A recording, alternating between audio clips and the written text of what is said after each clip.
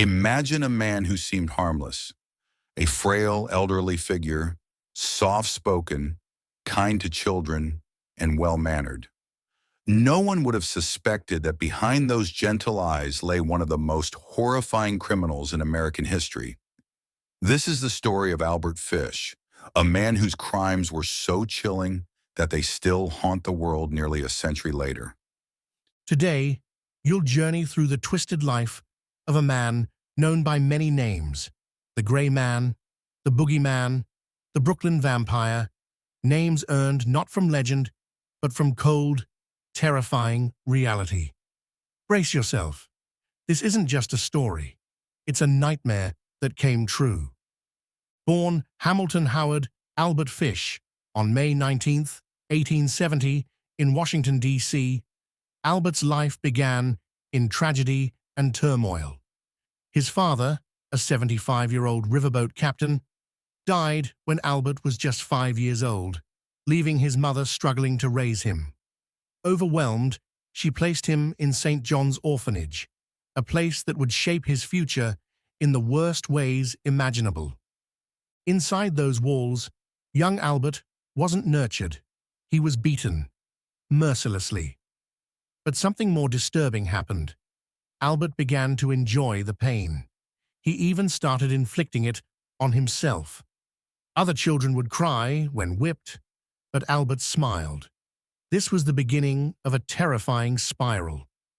By his teenage years, he was already exploring disturbing behaviors, writing obscene letters to strangers, and delving into dark fantasies that no child should ever harbor. His mind was a storm of violence and perversion, and no one could stop what was coming. As an adult, Fish's darkness only grew. He married in 1898 and had 6 children, but shockingly, he never harmed them. To neighbors, he was a loving father, but at night, he roamed the streets, searching for children, the targets of his twisted desires. He developed strange rituals, inserting needles into his body for pleasure, beating himself with a nail-studded paddle, and becoming obsessed with biblical passages that he twisted into justifications for murder. Albert Fish believed he was chosen to inflict punishment. His crimes began with abductions, leading to unspeakable acts that turned stomachs even in an era hardened by violence. He targeted the vulnerable, children whose families trusted him, never suspecting that a kindly old man could be a monster in disguise. Fish's most infamous crime unfolded in 1928. 10-year-old Grace Budd and her family met Fish when he responded to a job ad. He seemed kind, offering work to the Budd family and suggesting a picnic. The Budds never imagined they'd never see Grace alive again. Fish lured Grace away under the pretense of attending his niece's birthday party. Instead, he took her to an abandoned house, a place where nightmares became reality. What happened there was so horrifying that even seasoned detectives wept. 2 years later, Fish's arrogance led to his downfall. In 1930, he sent an anonymous letter to the Budd family, describing in haunting detail how he murdered and cannibalized Grace. The letter was grotesque, detailing how he prepared her body for consumption. The Budds were shattered beyond comprehension. But that letter contained a clue, a small, traceable detail that finally put police on his trail. Detectives worked tirelessly, following leads and dead ends until they tracked the letter to a boarding house. There, they found Albert Fish, calm, polite, and disturbingly cooperative.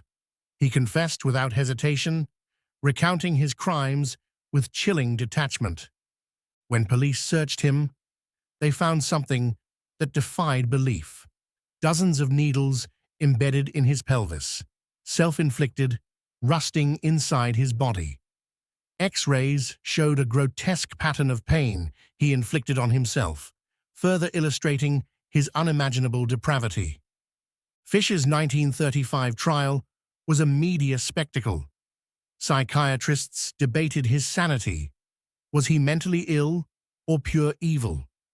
The jury deliberated for just 10 minutes before finding him guilty of first-degree murder.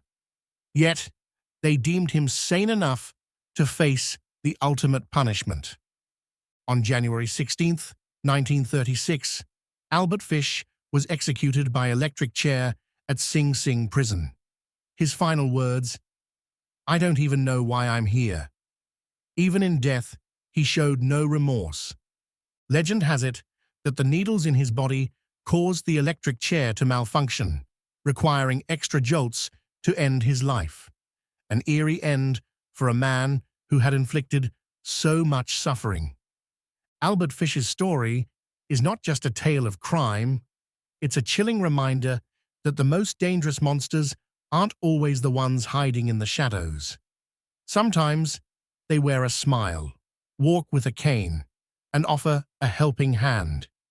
His crimes remain etched in history, a horrifying chapter that continues to fascinate and horrify. The lesson? Evil can wear any face, even that of a kind old man offering candy to a child.